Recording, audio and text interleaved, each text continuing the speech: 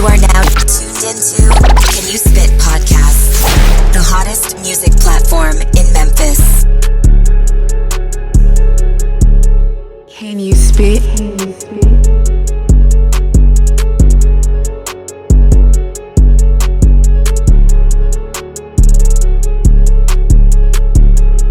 Can you spit?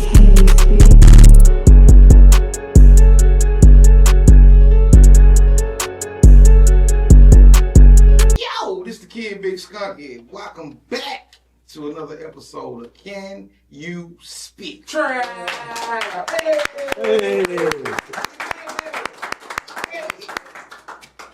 So today, on today's show, people, we have a very, very important and special guest on today's show of Can You Spit, who goes by the name of Derrick Lawson. Okay.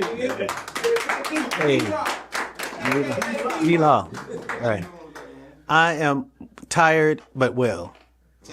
Working all day. We just drove in from OKC. Wait, was it OKC? Or was it Houston? OKC. This time it's OKC, yeah. I just saw you go nice. You Left out. Leaving out again on Thursday. Wednesday. I apologize. Wednesday, yeah. So are you from Memphis? I'm not. Originally from Las Vegas. I'm a military brat. But I call Las Vegas home. That's where I graduated from high school and where my mom is right now.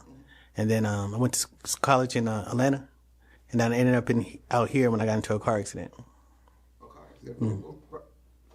What you just stayed there after the car accident? Well, my dad lives out here. So I had the car accident, and during that time period, he's just going through some things, and he helped me out. So I ended up staying here. What made you go to Atlanta to go to school? I need to be around me. I don't know. I ain't around black people, to be honest with you. I wanted to go to an HBCU. And the young lady I was working for at the time, she went to Spelman. She was encouraging me to go to Morehouse. Unfortunately, I don't have Morehouse money, so I went to Morris Brown. Then I didn't have Morris Brown money. So, I'm going to Clayton State. But I still got the experience. But before that, I went to Grambling, too. I started out, first school I went to was Grambling. Couldn't afford to stay there, so I had to go somewhere I can work. Because Grambling, I'd never been into a college town, and literally during that time period we only had one street light, and everything closed down at 5, except for Domino's. They were the only one to deliver on campus at that clinic. Oh, really? Yeah. Get anything you want. Oh, yeah. Well, I've had Dixie Queen. I've had Dixie Queen once or twice. You said you get off the road, came see what you working? Yes, I was down there with a group called Karma, the pop group. They're Memphis based. And they're doing a tour right now, 70-city tour, with Better Than Distribution. And if I'm not mistaken, it's owned by a young lady named Paula Moore and Randy Jackson from American Idol. How long you been working with them? Actually, Karma, 10 years. And now I'm getting ready to get picked up to probably do some marketing, PR, and audio work. Who, Karma? Yeah. Yeah. Okay. You was just out there. No, I'm not a groupie. I mean, I guess I am, but I'm not really a groupie like that. They're nobody like them. Oh shoot, over 20 years, 20 plus years. I started off in college doing promotional work, working at Def Jam South with Scarface, and yeah, it was fun during the time period. I got a chance to get out and meet people, talk, pass out flyers. Just getting my foot. Well, actually, before that, realistically, I was working with this guy named Jamal King with his events planning, and we were doing stuff at Key Sweat Club. But it was just it was fun. It was really a small office, a small environment, nice introduction to the entertainment industry. And then when Ludacris opened up DTP, I was there in marketing for 4 years, which was the absolute best experience. Yeah. Well, that, and then it was a family environment as far as being at DTP. And then during that time period, it was considered an independent label, but during today's standard, it would have been more considered of an imprint because we were still distributed through half the artists distributed through Universal Def Jam New York, and the other half was through Interscope Geffen, which was great because I got the best of all three worlds, being an independent in Atlanta, working. I spent more than enough time up in New York, primarily in New York, and then being on the phone with the people in Interscope.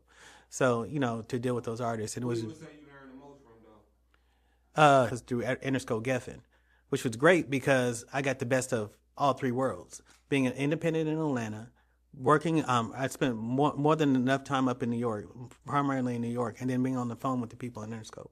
So to deal with those artists, and it Who was. you would say you learned the most from though? That's a toss up between Luda and CeeLo, because after that I worked with CeeLo Green and his family for 15 years. So What's it like working? You been Being working. around CeeLo? I'm gonna tell you something very You humbling. come off like a little weird.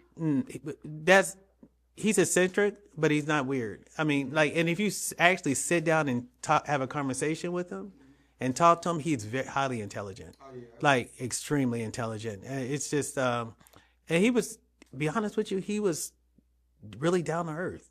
He seems like he's Yeah. connected a lot. Yeah. Know what I'm saying? With the person. He is, and then he lived like most celebrities. They had these big houses and stuff like that. He had a nice condo at the time. I don't know what he has now, but he at that time he had a nice condo. He made sure his family was taken care of. He's very family oriented. I mean, to be honest with you, I loved working with him. Was there, with the family for 15 years. It's like family. I saw a video where he was giving somebody was interviewing him once, and they actually went to his home, and he had like this big setup of flowers and like a garden. It almost reminded you like if somebody was getting married or something, and he had on like the little dress type thing. It wasn't a dress, but like the gown thing that he wears, Right. or whatnot. Yeah. Well, he's like I said, he's very unique. I mean, but highly intelligent, really smart. When as I got to know him, and when I say we would sit down and have real deep conversations, I was just like, dang, it wouldn't even, you don't.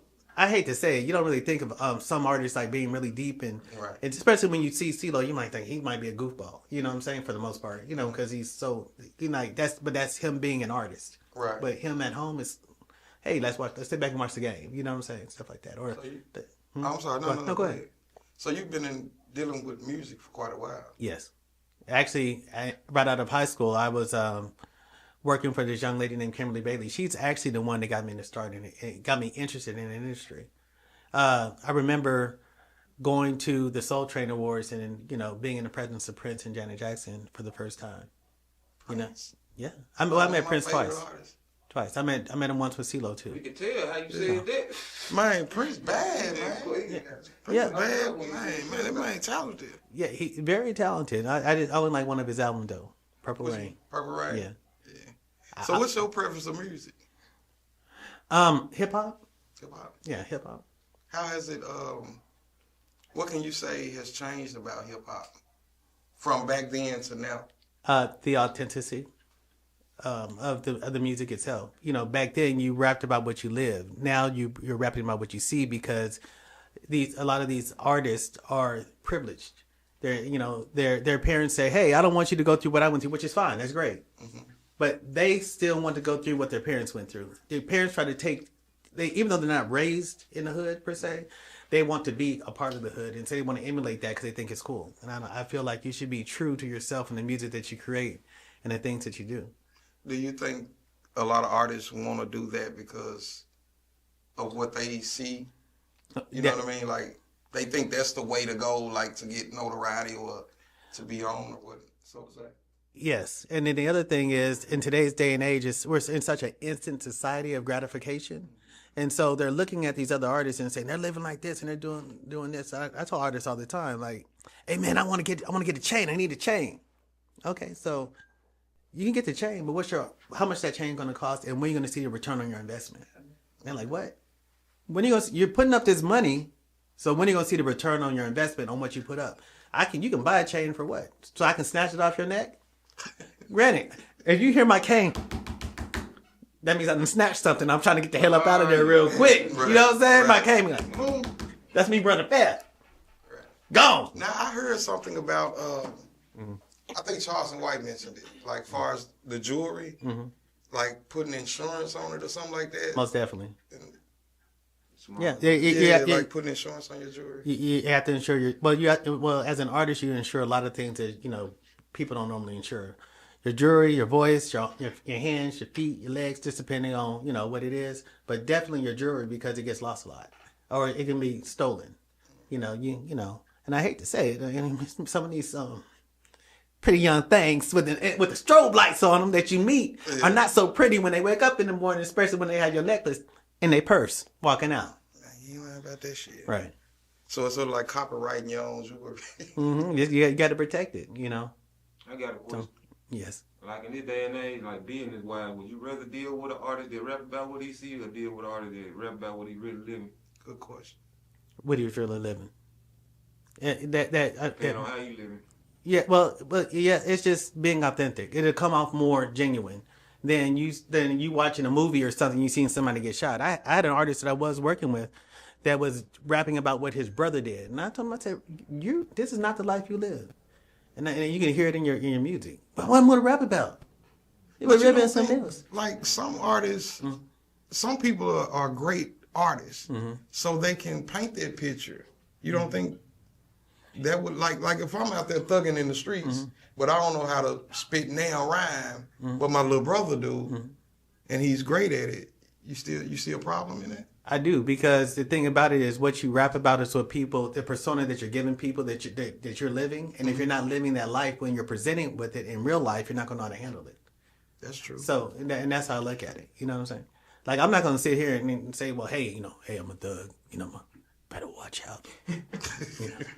Walk up to you and be like, hey, don't go to sleep tonight. Sleep with one eye open. I'm not going to do that. Thugs don't even talk like that. I know. That's people in jail. Oh, man. That's all I can think about. People in jail. Don't go to sleep tonight. Better sleep with one eye open. Right. But I can't do that. 'Cause, for example, I have a twin brother. Okay. Right. And my twin brother, we're total opposites. He can walk through that door right now and you'd be like, well, who's he? Your security? Like, yeah, because he's like twice the size of me. But the thing about it is he's lived a life that I haven't had. And he'll tell me, hey, bro, you never lived that life. I said, you don't really know what I did. Because I got to talk crazy to him. You know what I'm saying? Yeah. Because he like literally he's a lot bigger than me. And so I'm not telling him, hey, you know what? I'll hit you if the needs, brother. So you know. No, not at all. No, No, but I'm not. But he needs to know I'm the big brother. Right. So that's why I gotta keep him in his place. You know what I'm saying? Wow. Right. I don't care how tall you are, and even though you weigh like 300 pounds and I'm only 150, so you're like literally twice my weight. I don't care. But I gotta tell him that because now he'll be trying to bully me. No, we're not doing that. So can you share some insight on what it's like? What do you actually market and stuff like that? Can you share some insight on that? Like how it go? like Well, the process of it.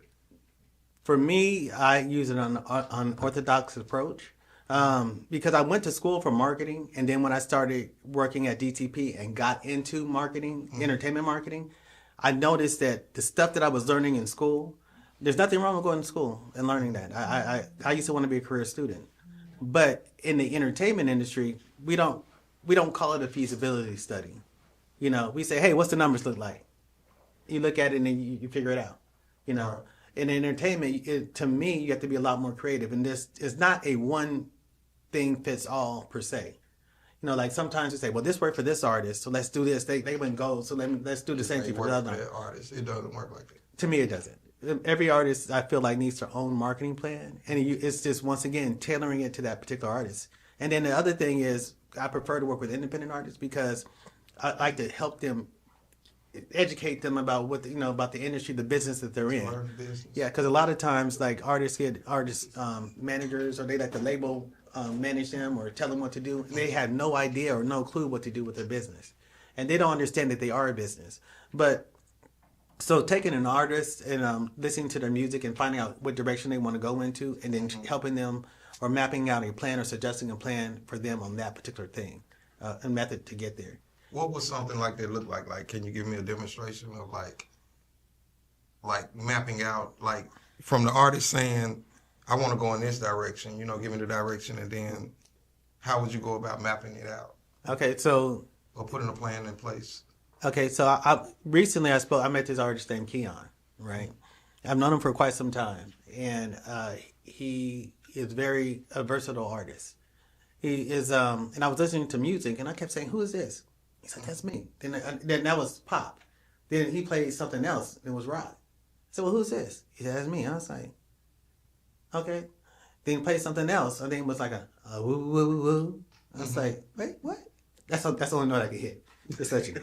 Until we get in. Now, if you want to catch me singing, the shower. The shower acoustics are the best. I'll give you a whole concert, okay? We want to never hear this. Yeah. Oh, and I'm sorry. I can't. I'm not in the shower. You know what I'm saying? But y'all could put some shower acoustics up for me next time, and I got you. All right. So how did you help market them? Well, I haven't yet. We're just getting some things together, but one of the things that, that I suggested to him was, let's do something that hasn't been done before, and let's just drop on all platforms, among all different genres of music on the same day, and we're gonna push it out there. There's other things. For example, another one, Karma. Karma right now, if for those who don't know, if you check them out, they're slated to be bigger than TLC and Destiny's Child. As far and they are dynamic. And I will say this. I'm gonna say this. I don't know if I should really say this, so I'm gonna keep this between us, okay? And everybody out there watching. I don't. Okay, we ain't gonna tell nobody else, okay? There was a situation recently to where they were performing and there were some issues, right? They handled it very. This is off topic, but they handled it very professional. And when the sound didn't work, you know what those girls did? What they do? Hit an acapella. They brought the crowd in, like it was just, it was just so because they can truly sing, but it's just being able to pivot. But for them, like one of the things that I'm focusing on then, like I look at numbers and see whether now okay, say about there's Karma, but I'm gonna go back to there's this other artist named Unique, and I just started working with him. So I just recently looked at his numbers, and I looked at his numbers and saw his top 10 countries that he's in, and then U.S. is the top one. And then I went down and looked at the cities that he's in, and so the top 20 cities. So now on each one of those cities, what I'm going to do is find magazines, radio stations, bloggers in those particular cities and send it out. I'm even going old school in Japan and Germany because they still sell CDs. So I drive trucks, and it's a warehouse that I pick up at, and it's like China and all them people over there. They buying up all of the DVDs. I don't know if they just not getting on them or what they doing with them, but they do buy a lot of DVDs and CDs. They because they're not for streaming. They want to see when you stream. Sometimes the numbers can be they'll fluctuate, and you're not really getting a true. I mean, you can get a true consistency of your fan base, but the thing about it, some of that stuff can be bought. See, with CDs, if you don't go out and buy a CD, now you can go out and buy a whole bunch of the CDs to make your numbers, but guess what? You're gonna get that money back. I mean, you know what I'm saying? That's just showing your true fan base, and I don't know why they're against streaming, but I'm all for it. So some of their websites blocked, but they can't watch some of it, so they got to buy through DVD. Well, yes. Well, not only that. Well, I'm glad you brought that up. Independent artists need to also understand a lot of these artists today are doing explicit music solely. And I'll tell an artist when I go through their, when I do my interview or not interview, consultation with them. The first thing I do is if I go through your Spotify and the only thing I see is explicit, I'm like, where's the radio version?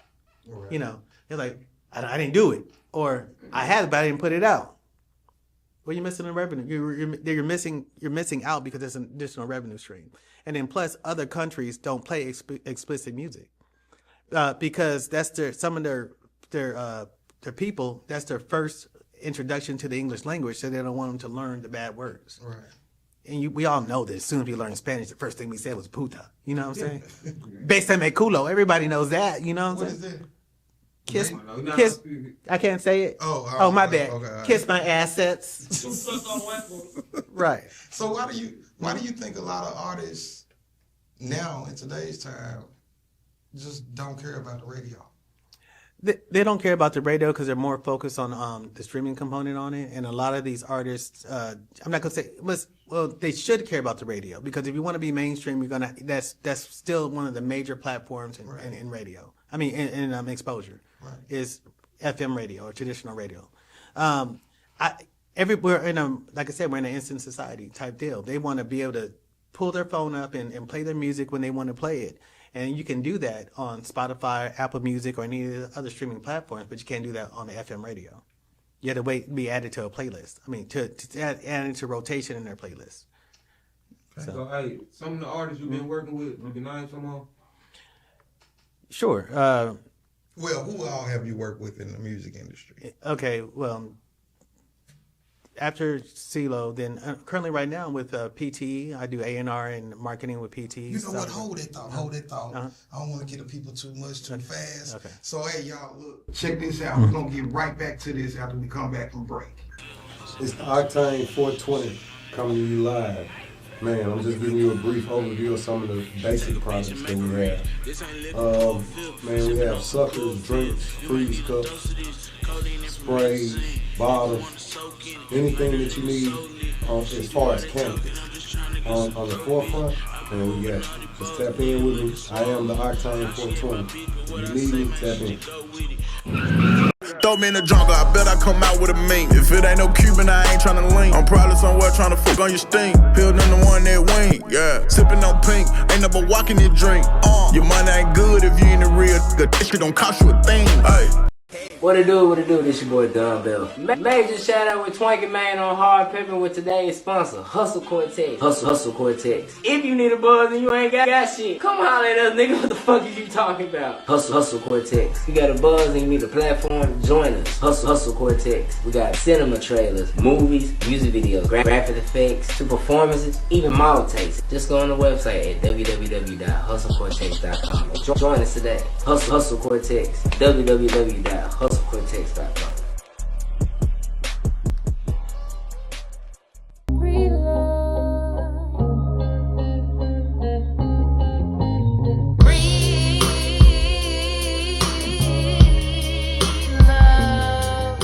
Yo, welcome back to Can You Spit? Y'all know what it is, baby. We had to go and pay some bills and, stuff like that. But, hey, shout out to all our sponsors of the show. Hey!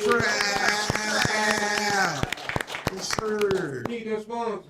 Oh, yeah. So, listen, let's get back to what we left off at. Who are some of the artists that you currently working with? Locally, Yeah. Karma, Hanif. There's Latest Love. Latest Love? Mm-hmm. I'm going to tell you that one last. Was that a group? No, I'm going to tell you that one last. I'm going to come back to that one. All okay? right, come back to that one. Yeah, I got 43 Longway, Rico's Trace. Trap. I just started working with him, so that's why I keep messing his name up. You know what I'm saying? Yeah, I'm not good with names like that. And you got to get on my nerves first. Once you get on my nerves, I know your name. Right, I'm going to know your first, middle, and last name and the name that your granny called you. I'm going to know all of them all at one time. You know they ready to work. Yeah, another artist. Well, he's not local, but those are like the local artists I work. Oh, excuse me, Jadell, Ricky, Big Rico.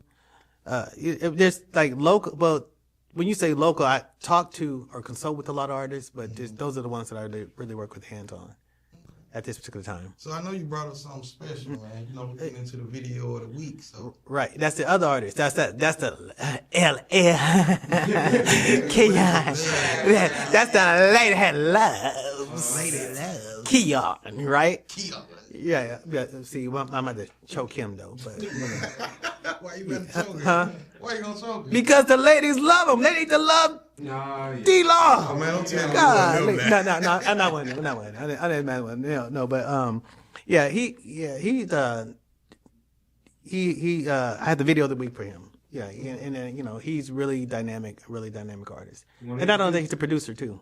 Well, hey, you said it, so bring him in, man. Hey, the people can't wait to see him. Okay, most definitely bring him in. We got to get his Lady Love's image together, though. What's the name of the video that you brought us? Well, the name of it is a little more,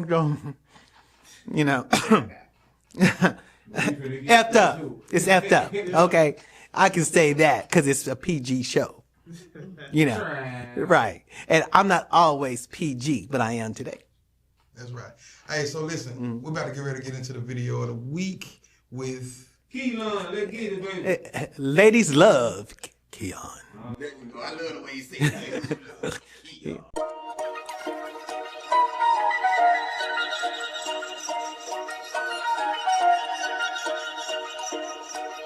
TDE the key. Black Sun. Hey, Black Sun, that shit slamming. They done fucked up. They done fucked. They done fucked up. They done fucked. They done fucked up. They done fucked. They done fucked up. They done fucked. They done fucked up. They done fucked. They done fucked up. They done fucked. They done fucked up. They done fucked. They done fucked up.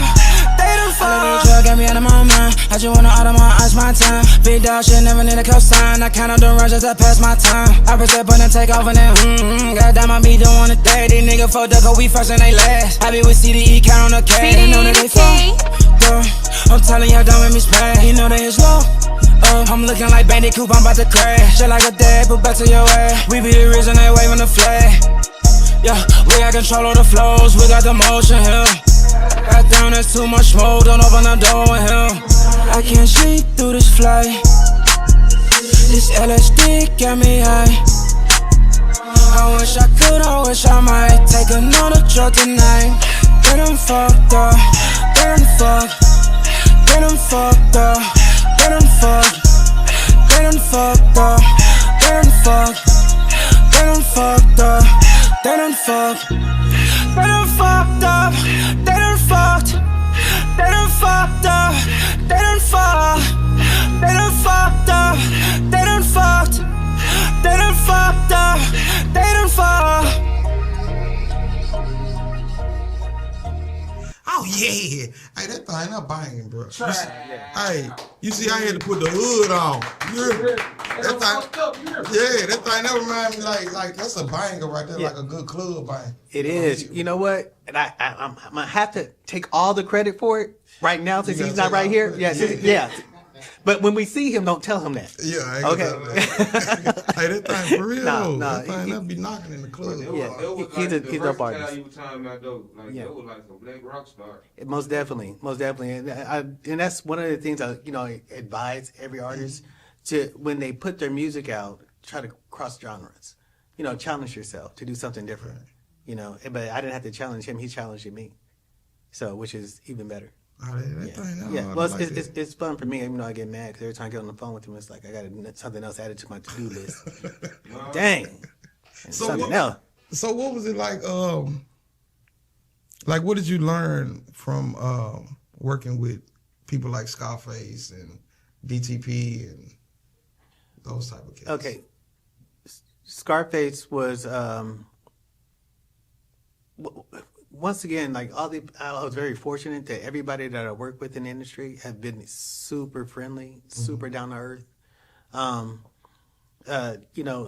Scarface during that time period, and like I said, everybody, it's a humbling experience because when you walk in there, especially as a college student, and you're meeting these artists, these major recording artists that you look up to and that you listen to every day on the radio, you actually get overwhelmed. Right. But one of the things that Kimberly Bailey taught me was, when you meet an artist, just remember they put their pants on one leg at a time like you do. So this is ordinary people just like us. Exactly. Even though we put them on a pedestal, they don't put themselves on it per se. We put them on a pedestal. I learned a lot about the industry as a whole from working at DTP because that was the beginning of the indie era, and so I learned a lot because I learned a lot what to do and not to do because we were learning together. I learned a lot about entertainment marketing from them, and I also heard a lot stay in your lane, but I didn't really know what my lane was because I was trying to learn everything, which is understandable. And then CeeLo was the most creativity wise in marketing. He was like, "Hey, D, whatever you want to do, let's try it." I said, "Oh, down for whatever." Like.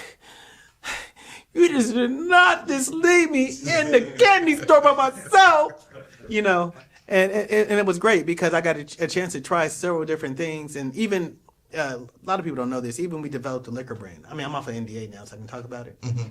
But I helped him develop a liquor brand from start to finish and it never made it to market just because of certain things that were going on during that time period. But it was really interesting, and like I said, I love a challenge. Just trying to figure that out. Hey, D, I want to do this, and then and at one time his son wanted to start a skateboard brand, and the only thing I knew about skateboarding was to sit on it and ride down the street. Sit on it and ride down the street. I couldn't stand on it. Not that coordinated. But but then when I started researching the different woods and this, that, and, it just became a challenge and interesting. I'm not gonna say I like to research. I don't want anybody calling me to research. Right. So that brings me to the next question. Why? How did you? What made you? Pick music, and do you sing or rap or anything? I did. I was in choir for 7 years in junior high school and high school. I was going to be in a group. We had a group when I was graduating high school, and I kind of fell in the role of a manager and didn't know what I was doing. We had a little demo tape. That tells you how long it was. A little demo tape. Singing? Yeah. I used to sing a little song. You think you still got it? No. In the shower, puberty hit. Once puberty hit, my voice changed. And it hit. No. One of those what? One of them demos. Nah. Them demos is gone. Had to burn them.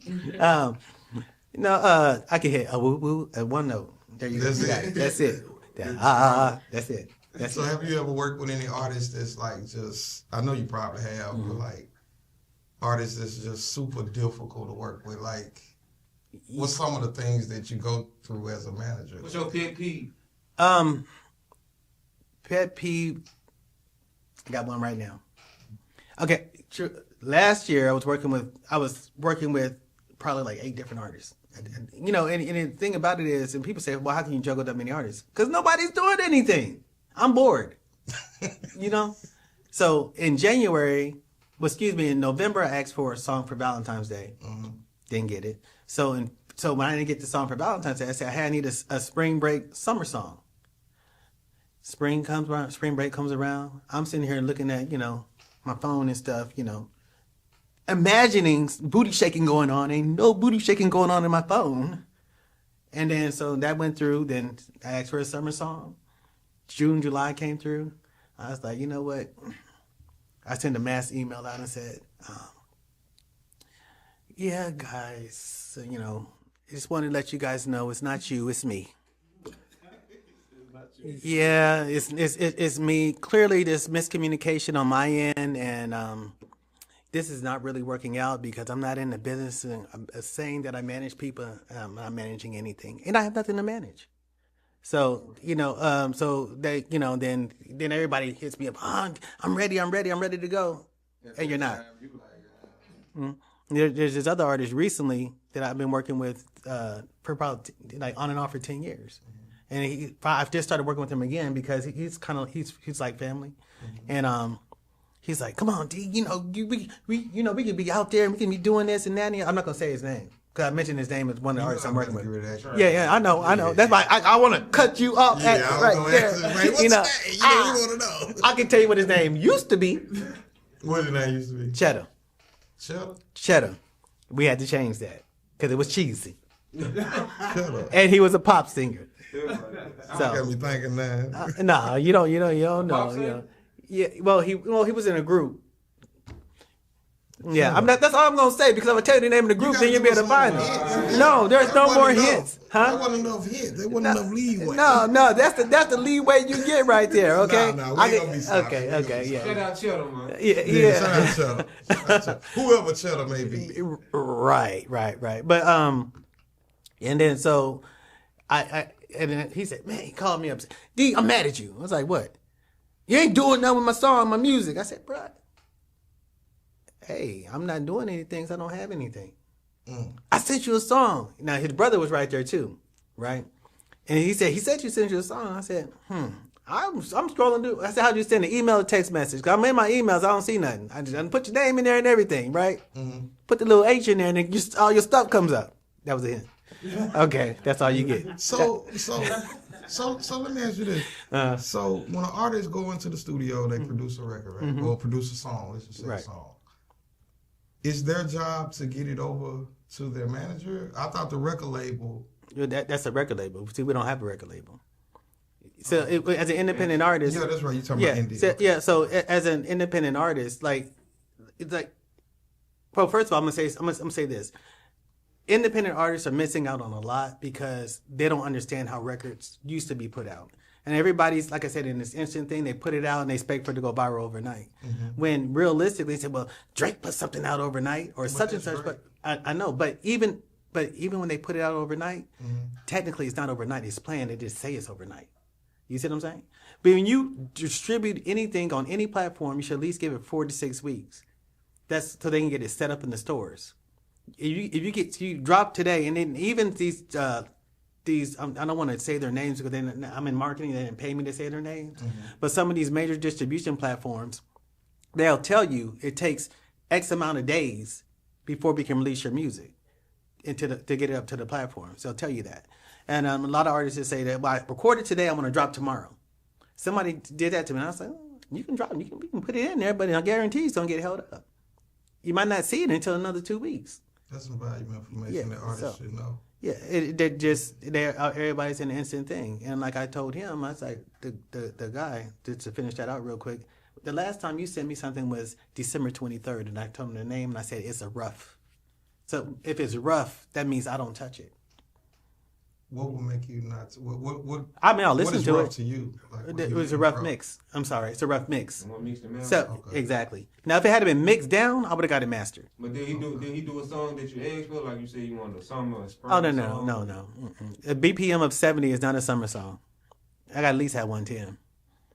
You know, right? You know, I told you I need that. I need some clapping. Yeah, clapping. I need some clapping. I need them cheeks to clap. That's what I need. This is the importance of an artist having a manager. Right.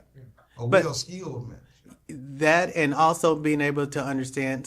So, and that, I'm glad you brought that up, because for me, everybody's different. Like I have one artist named Blue Hunters. He's like, hey D, I have a full-time job. You know, I'm getting my family.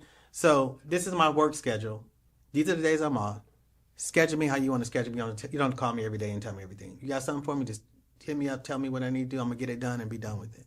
Then you have other artists that they'll be like, well, I want to know everything. And that's fine. I feel that you should know everything because this is your business. And plus, for example, I'm going to rest in peace to two people, Angie Stone and Irvin Gotti. So, think about it. All his artists right now, from my understanding, I don't know, I just heard this, but from my understanding, they're in limbo because they don't know what's going on with their career. And I tell people, is it because he was managing them? Yeah, he's managing them. So my thing is, and I tell any artist that I meet, like, you have to understand the business that you're in. This is your business. It's not my business. My job is to help you manage your business. And when it's all said and done, you make the decision.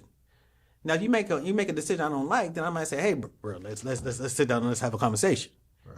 You know, but I'm not. But if you still want to do it, it's ultimately your choice. So if you messed your career up, that's on you. But you messing mine up too. But that's okay. We'll bounce back. But it's important for you to know the business that you're in and what's going on with your business. So what all is a part of the business other than just recording an album? Okay, so you record. The most major important thing that I would say, copyrights is extremely important. Right. A lot of artists don't understand. They feel like once they release the music, it's copyrighted. It's not. You know. So if I was grimy, man, I had so many copyrights and had so many owned so many of these artists' music. So I know for a fact they're not copyrighted. But that don't. I didn't mean to cut you off. But putting it out on the internet and on multiple, social media sites, that don't give it some kind of security? Very little. Not if someone takes those lyrics and then submit it to the copyright office and they get that little sheet of paper. It's theirs then. Exactly. So it doesn't really give you that much security. So you want to make sure that you do copyright your lyrics to make sure that you have ownership of your lyrics. Just like when an artist goes to the studio, I tell all artists all the time, take a hard drive with you of a minimum of 1 terabyte. It's like, why I need a hard drive? Because those are your masters. That recording session is your masters every step of the way. But they said they're not done with it. Take it with you. I don't care if it's not done or not. You take what you're done. In a lot of the cases, you want the hard copies of it. No. Well, you definitely want that, but they're saying, well, they're going to give it to me. I'll get it when they finish it. I said, no, because you never know what's going to happen. Keep in mind, nobody's promised the next hour. Right. Going down the street, I'm pretty sure when Angie Stone left her event in Montgomery this past weekend, I'm pretty sure that she expected to go home to see her kids and to her family. You see what I'm saying? We just never know. Rest in peace. But I tell people that all the time. Like, if something happens to me tomorrow, I need you to understand what's going on with your business, period. And then you might wake up one day and say, you know what? I don't like you, Derrick. And I'm like, oh, good. I never liked you either. I'll just tolerate you. Do you have artists like that? No, not really. I don't believe in working with people that we seem like a cool guy. So yeah, no, I'm not really cool. I'm just cool right now on the camera. Okay. I'm one of them. I'm one of them. No, what you see is what you get. Okay. Yeah, but but I tell them, like, even when it comes to, for me, management agreements, that's due 12 months. Oh, somebody told me 36 in 5 years. If that's what you want to do, that's fine. I might not like you in 12 months. You might not like me. And if that's the case, bye. Because you're not going to be the reason why my lights stay on. Right. Or I keep that, because I got a pack of ramen noodles in the cabinet, and I'm good. So, shoot, you got to keep those. Those will never expire. What flavor? Huh? What flavor? I don't, probably chicken, but I don't Creamy care. Chicken Yeah. But I don't use the little pack, though. I do it up a little bit. I get the noodles, the bouillon cube, and then I put some spinach, and you putting all that shit in there. Yeah, turn it into a ramen bowl. That's how I like to eat eat a whole Chinese dish in the house. Exactly. Yeah, the little cilantro. How you know? Yeah. I grow it. You grow it. I grow things. Oh, you grow things. Okay, we'll talk. That's another conversation. So what about branding with the artists? Like, far as like, is it a way for artists to like copyright their name or things that certain to where they face, like, whatever they own or some of their voice other than just the music or something? You can trademark your name, and I suggest every artist that does that. Trademark your name, you trademark your logo. Then as far as branding's concerned on other things, it's just about, once again, figuring out what that artist wants and what they're looking for. Because, artists may want to have a merch line. So that's another form of branding. And how do you get to that particular part? How do you get that set up? I always suggest, I suggest everybody to do print on demand. That way you're not lugging these big boxes of T-shirts and stuff laying around. Send them to the website if they want to buy it. I mean, you can take some with you, but when you run out, like, hey, go to the website. Right. That's in 2 to 3 days. Yeah, exactly. Right. Yeah, if you want it, you'll wait. And hopefully, I know you ladies want it because the ladies love Keon. So do you have to be an like far as what you do? Like, say if I want to get my name trademarked or something, Skunky, whatever. Is that something you can help with? Like, do you only work with people in the music industry, or can you help other people? I do. Marketing for me is across the board. I specialize in entertainment and sports marketing, but a product is a product. And I work with everybody. But when it comes to trademark, I would suggest, and I am going to do a shameless plug now, even though I'm not getting paid for it. But the easiest way, I went to the U.S. Trademark Office before to do one, but then I started getting all these calls, and I was like, okay, I don't understand this. But so I mean, you can go to the U.S. Trademark Office, and then that particular portion is fine. But then when it comes to, you'll start getting calls regarding the intellectual property worldwide, and those are coming from different attorneys that want to help you out. So I just kind of like dropped the ball on that. But I mean, I think it's $275 if you do it through the U.S. Trademark Office. If you go through another company, another one of those legal online companies, it might be $500 to $700 for it. So I mean, but it's worth it. It is. Yeah. So my first trademark, I paid $800 for it. I forgot, a friend of mine, she did, and I hate that she did it because I didn't figure out what was going on. But I mean, I'm glad she did it because I owned the trademark. But you just gotta. That's it. I mean, just trademark. Everyone should trademark their name. Excuse me. I'm gonna need your help with that because I want to you. trademark a lot of stuff. Yeah, I got a lot of different things that I do. So then we'll look it up and See what I do first is look it up on the trademark office to see if it's available. But for an artist, it's different. What I do is I go to Sound Exchange. Okay. And I put the artist name in there because if there's money out there, Sound Exchange, if the artist if that name is not if that name is taken, you'll see it on Sound Exchange, Right. Because they're collecting royalties for all the artists worldwide. Okay. So I got a question that I ask everybody, okay, and I want you to think long and hard about it. mm-hmm. You ready for the question? I am. All right. Can you spit? No. That ain't the question. I'm talking to the viewers out there. Everybody that's watching right now. Mr. Derrick Lawson, if you can compare your management skills to any Southern soul food dish, what would it be and why? Peach cobbler. Peach cobbler? Yeah, Sunshine's peach cobbler, as a matter of fact. Yeah. Why? Why? Yeah. Because you said that like somebody asked you that already. No. Yeah, peach cobbler. Yeah, peach cobbler. Peach cobbler's good though. Yeah, that's why. Because I'm good at what I do. You know what I'm saying? So, and then on top of that, see, you got to have the right consistency of ingredients to make that peach cobbler a peach cobbler. Because other than that, it becomes kind of like a bread pudding, something. You know what I'm saying? You had one of those where it had too much flour in it. Yeah. Right. Yeah. But with the right ingredients and the right amount, and some of you guys don't know about the ginger. Put a little bit of ginger in that with the no bed. Yeah. Put a little bit of that in there with that. That's. Oh, whoa. And then you use brown sugar. I prefer light, but you can use the dark one. I'm not racist. Brown sugar. Right. Yeah, but lighter brown. I'm not into colorism. Okay, right. Exactly. But you like your peach cobbler look like it's a peach cobbler. Yeah, exactly. Then you do a little brown sugar and a little sugar and that stick of butter. And don't forget the ice cream on top because you got to be a little extra. That's what I am, a little extra. And unorthodox. You go over and beyond. Exactly. That's why I pitched the peach cobbler. So, Now we got a second question. what's that? The second question is, can you spit? Can you? You on No. the Can You Spit podcast? Yeah, I'm on the Can You Spit podcast, but no, I cannot. That's why I brought somebody who can spit on my behalf.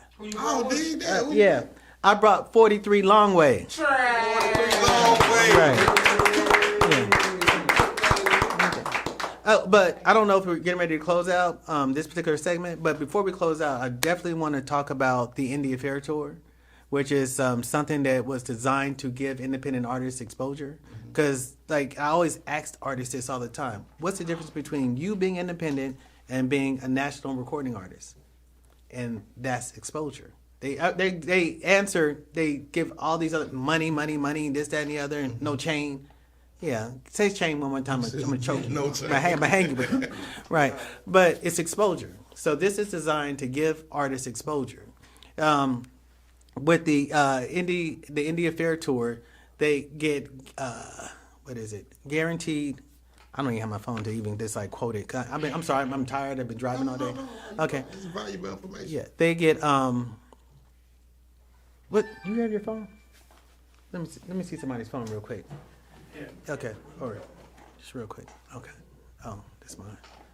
All right. I apologize, guys. No. It's already up on my phone. Because I've been texting it out to artists at indieaffair.com. And on here, team, Indie Affair, here we go. Oh, that's a DJ service pack. I'm sorry. Oh, artists. All artists need DJ service pack. I'm gonna go into that real quick while I'm looking at this. Okay. They need press kits. Excuse me. Let me ask you that. Okay. Go ahead. Oh, you're next man. Okay. So, what is something that all artists, or you feel, or you know that all artists need? All artists need a press kit, and there's or EPK, electronic press kit. A press kit for themselves as an artist, which is utilized to send to bloggers, magazines, or radio stations for them to get interviews. But then every artist needs a press kit for their song, which that goes out to radio programmers and DJs. You don't want to send that out to everybody because that press kit will have a link to your music to where they can download it. Should be able to download the music. Yeah. So that just keeps it simple. And every time you push a single, they should have a press kit designed for that particular single. And then a lot of independent artists are not aware. They know about the single release when you release your single to iTunes, Spotify, Amazon Music, so on and so forth.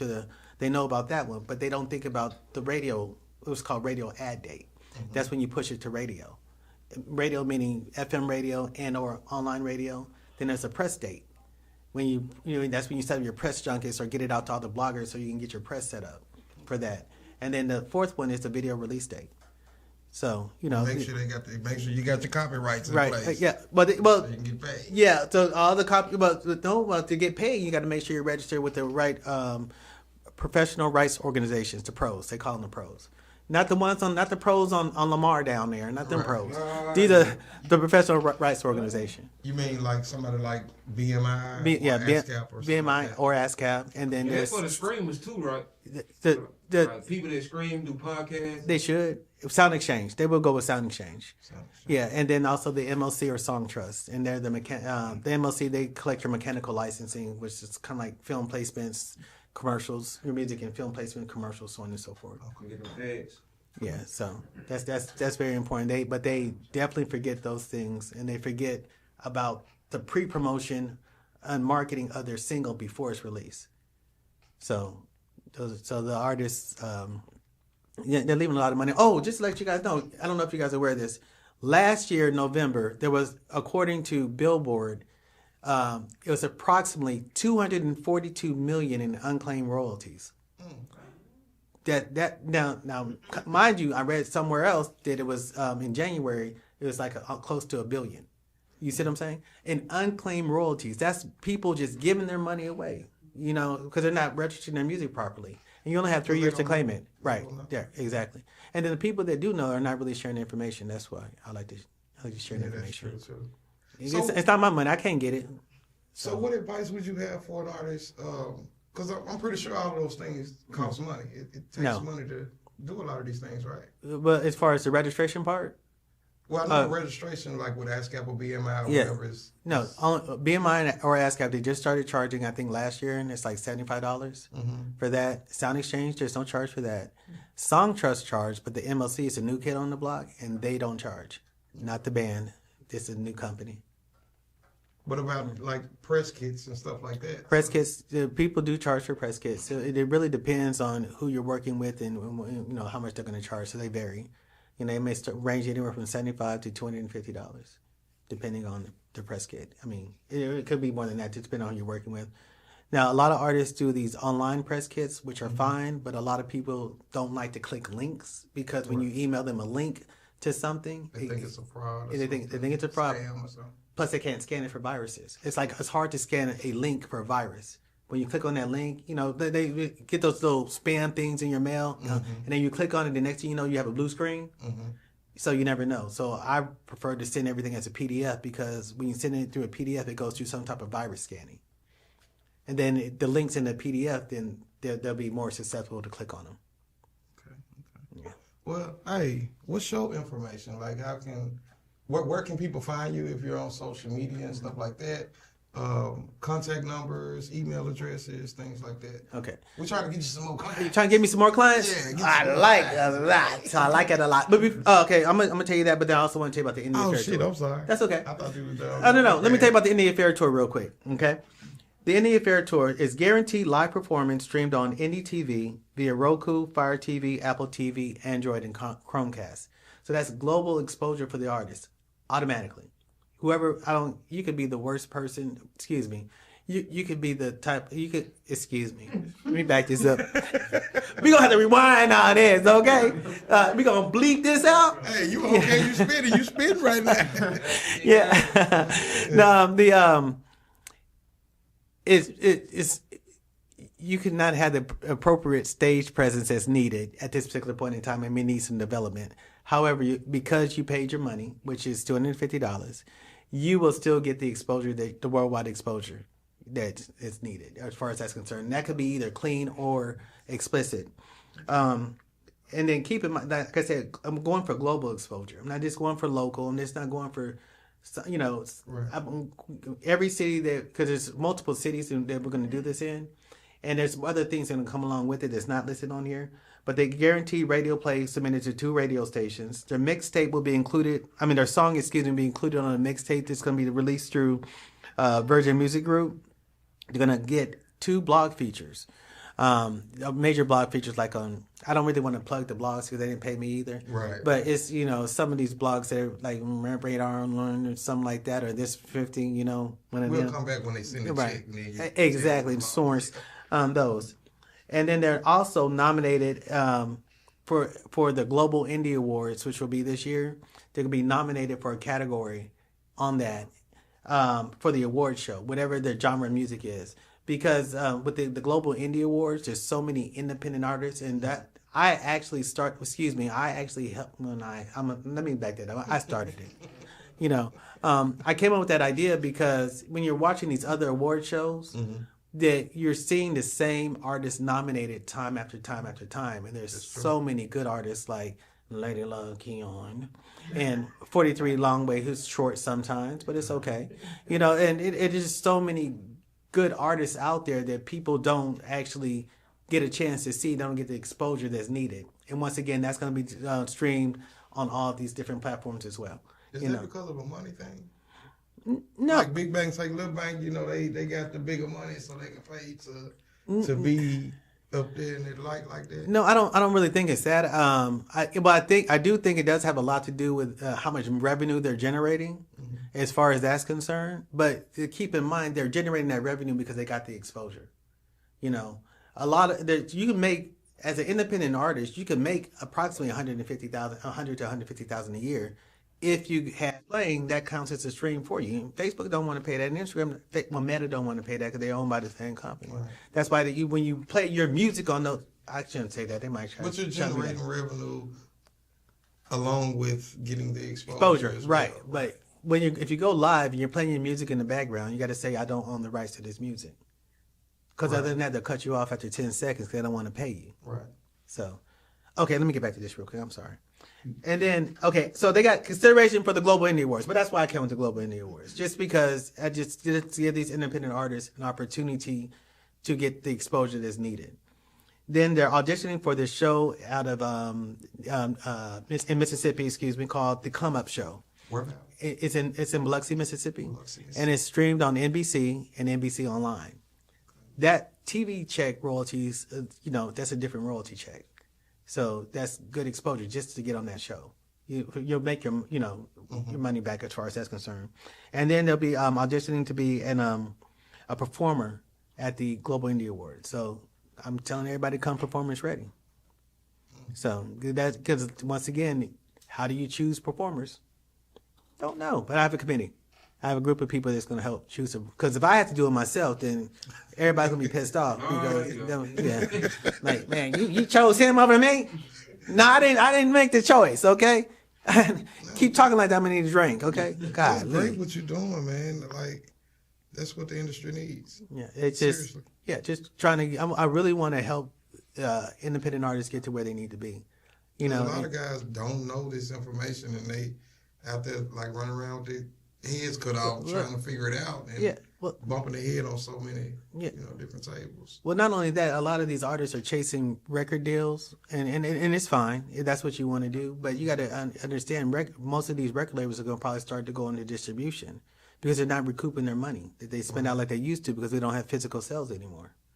Because of streaming and stuff. Because of streaming, right. That's why there's those other 2 countries I told you about. That's why they still do physical sales, more than likely, to keep their entertainment industry stable. Wow. So, yeah. So that's what that's about. And I one shameless plug that I'm not getting paid for, okay? Just one, please. Just one. Okay. Greater Than Distribution, like I said, with Paula Moore and Randy Jackson. They're doing a nationwide tour. And I'm saying that's because I've recently, I'm gonna say, finagled, I did a little razzle dazzle, here and there, I had to, talk and wink at a few people. No, not really wink at people, Hashtag no Diddy. Okay. Hashtag no Diddy. All right. But, You need to make some shirts like that because that little stuff that done took off. Exactly. I should have trademarked that when they first came out. I wasn't even thinking. If he's smart, he'll trademark it. Why he in prison and get paid? Yeah, I don't. If he hadn't done it yet, I don't think he's going to do it. I think he's trying to worry about getting out. I don't think this wise for him to do it. Right. Well, true, because they'll be capitalizing off of it. True. He's right. Hey, no Diddy. But they're doing a nationwide talent search for independent artists. So it's not really, it's a shameless plug for them, but it's also something that helps independent artists out. Their distribution platform is designed to actually assist with, like right now there's other distribution platforms, which will remain, nameless, what I'm saying? But they're self-service. Their distribution platform is more hands-on. They're catering towards the independent artists. The actual artists they have on this tour right now are independent artists, from Karma to Isabella Rose. What's her name? Jules Walcott. Yeah, Walcott. Cock or Cott? Oh, my bad. Cott. C-O-T, not the other cock. Okay. Chelsea and this other guy named what's it? The Norris. Is it Norris? Okay, this other job. I can't remember his name. No, that's Telese's from. Oh, Kevin Wu.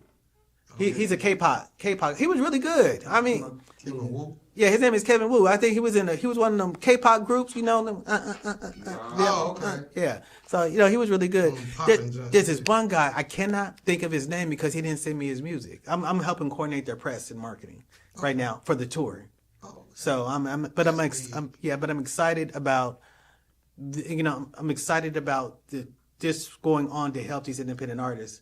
I wish I'd have known about it. I could have partnered with them for this India Fair tour, but it is what it is. You know what I'm saying? So, there's another tour coming up for the Hoodies out of New York, which when they come down here, I definitely want you guys to meet them. Okay. They're a rap duo, brother group, which you don't see anymore. Nah, you don't see too many groups no more. Right. It's always solo. Exactly. So low is right. They're really low. So low is right. We got a question for you. Okay. What's it? What? Your information. Oh, my information. Get in touch with okay, you can get in. Okay, on IG, you can reach me. The one that I actually check is at Indie Times Magazine. Oh, I have a magazine, Indie Times Magazine. I'm getting ready to relaunch it. Yeah, and that's once again designed to give indie artists or indie artists and business owners. It's because it's a lifestyle magazine exposure. Because why pay all that money to get on these major platforms when you can get it right here? That's true. So once again, it's at Indie Times Magazine on IG. It's best to email me. You can email me at info at which one is the best one? We'll go ENTconcierge.com. Concierge spelled C-O-N as in November. C as in cat, right? Y'all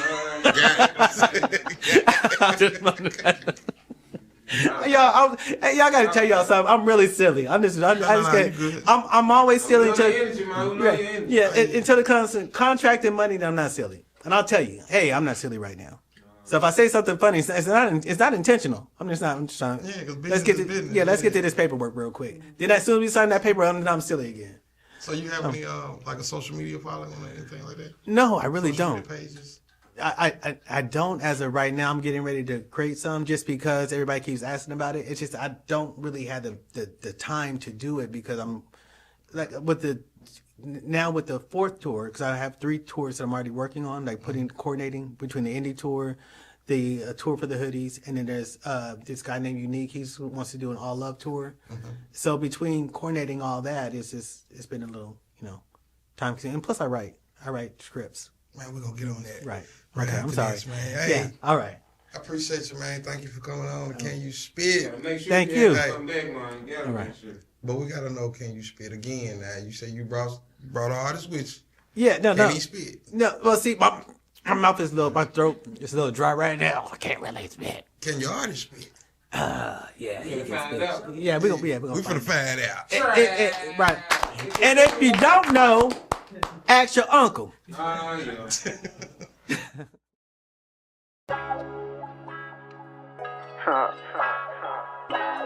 It's Longway, bitch.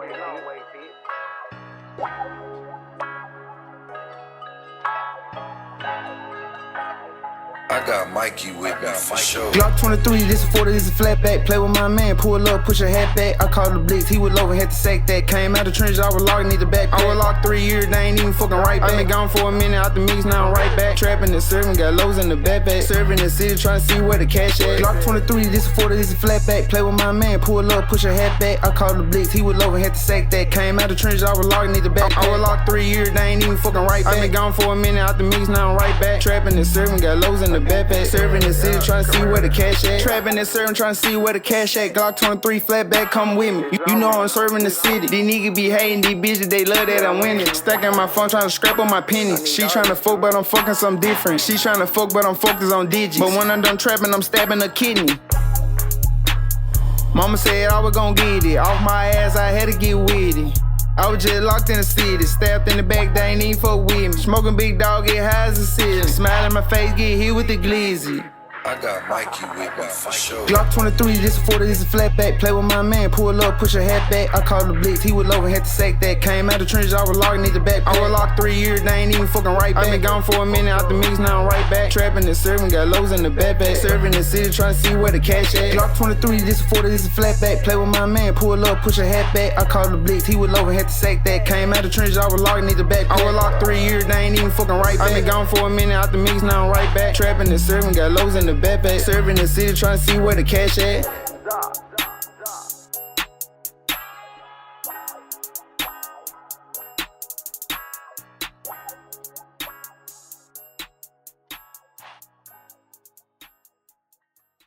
And there you have it, man. Can you spit out yet?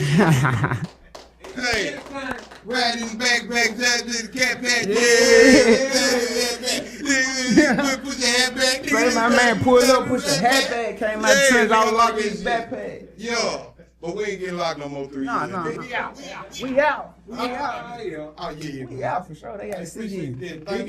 He can spit. Oh, yeah. Appreciate that. He can spit. Until the next time, y'all see Skunky is beautiful, lovely, sexy face again. Hey, this has been another episode of Can You Spit? Try. Yes, ma'am.